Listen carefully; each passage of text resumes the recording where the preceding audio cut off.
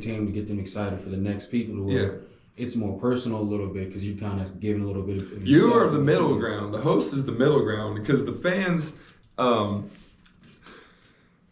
there to watch the artist, but there needs to be someone there to connect the dots of being like, hey, this is actually a good artist who deserves your attention, and who also you deserve to have him put on a good show. There needs to be that like middle ground to like meet the two parties together, and that's definitely where the host and MC comes in. Definitely. So how do you balance out where I'm trying to do, as well as make money at the same time you want to put on other new artists? You get what I'm saying, that aren't known. Yeah. So from just looking at the show objectively and making sure that the event can be sustainable, that we can have more, because that's what's important. If we keep losing money on shows over and over again, eventually there ain't gonna be any shows. That's capitalism, but that's a different topic.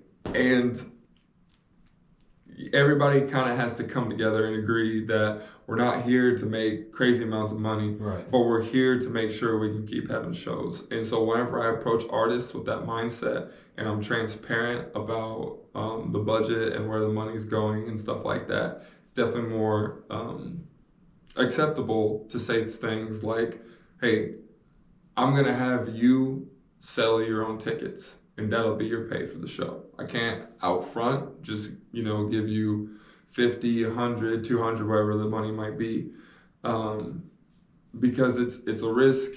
It's a business risk, sadly, and as a promoter, that's how you have to look at it. So whenever I approach an artist, I'm like, would you like to perform? They're like, how much am I getting paid? I'm like, you are your own value. I'm going to give you tickets, and whatever you can sell, that's your pay. And I feel like that's a very fair negotiation, because that is where your value is as an artist in the business industry. You can have an amazing set, and you can get the crowd super active and have a great value on stage, like myself. But like even whenever I come all the way to Fort Wayne, I can't pull in a lot of people unless like in Champaign or Effingham. And that's something, that's just a place where I have to realize that and understand that, I shouldn't be asking for too much here, because my value at the moment, even though I'm a great MC and I have a really good performance energy and stuff like that, I can't bring in the crowd that's necessary for the promoter to make money. And it's not that I can line his pockets, it's so that we can have another show.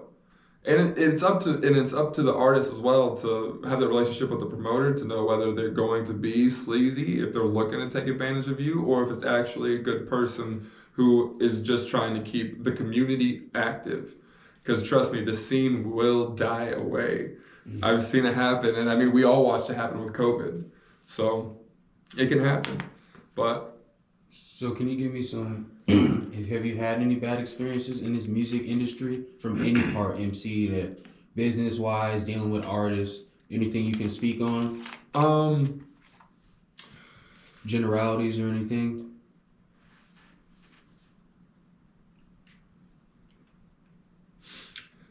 Nothing that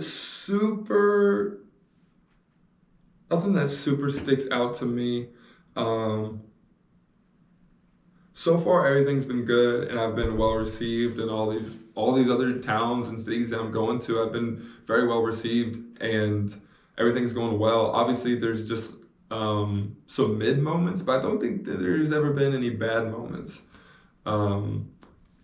So I think we're doing good on that end. I hate racking my brain to think of the bad shit, but that's just also my personality. Don't dwell on the bad, keep moving, That's definitely important to music. So nothing that really stands out to me. Some venues are super hard to work with, and it's been unfortunate to approach some venues about hip-hop shows and get the reactions I've gotten before, and that's extremely unfortunate. But we keep moving. Right. And especially in that central Illinois area, promoters come to me to ask for venues. If I red flag a venue, nobody going to that place. So, hey, all I'm saying, the venues like to act big and bad and like to have their, they want to be really involved sometimes.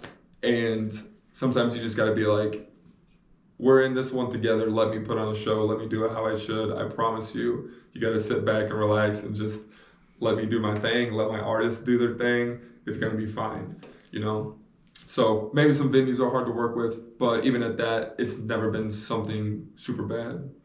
So, yeah. So then how many shows would you say you have underneath your experience right now, total overall? Total overall. Is this including the performance ones way back when? Yes, sir. We're definitely looking at,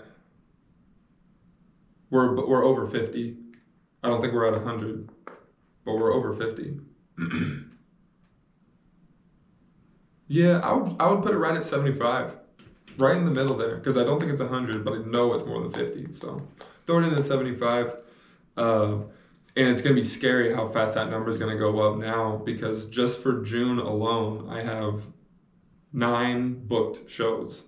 I have 7 hip hop shows, and these are my own that I'm putting on. I have 7 of my own hip hop shows, and I have 2 punk shows I'm putting on. And I'm going to be diving into these other genres too, because I want to be familiar with the industry in a whole. I want to understand all of it. Because if you get just wrapped in from a promoter standpoint, from an artist, you just got to worry about your genre. Don't worry about anything else. Right. But as a promoter, it's good to understand what these other genres and what these other promoters are doing, because trust me, what Buddy on the right might be doing, if I take some of those good ideas that the metal promoters are doing and bring it over here to hip hop, we can get shit clicking, because, it's a competitive market, and the only way you're going to learn is by competing. So. Mm-hmm. The landscape of Indiana, I would say, is conservative. So I would say getting hip hop to be the forefront was going to take a lot of swing. Yeah, and I feel like a lot of it,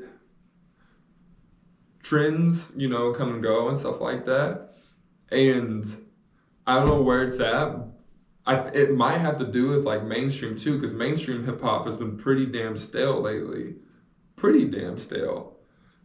And I feel like they're almost hurting the reputation for underground hip hop a little bit, because as you're getting the same thing over and over again on the radio for hip hop, people are less likely to like take that leap to go enjoy some new music or discover a new artist and things like that. Why do you think that is mainstream? Is it because they only going off of numbers right now and they're just trying to make sure? Is there not a new talent that sounds too different in the hip hop space? Yeah. What do you think? The mainstream's gonna do what works. That's true. Every time. And if it's just one sound that's working, they're just gonna keep doing it. Because that's big business. Mainstream music is big business. Don't get me wrong. Even if it's like an independent artist, most likely they're still considering what's going to have the best, yield. And I mean, I get that. That's probably what I'd be doing too if I was topping Billboard charts and shit. I can't hold it past them. But it does kind of hurt the community genre a little bit, especially the underground folk. Because like I said, I think it kind of stifles the want for other people, for people to like go out and really dive into their local scene. But then again, if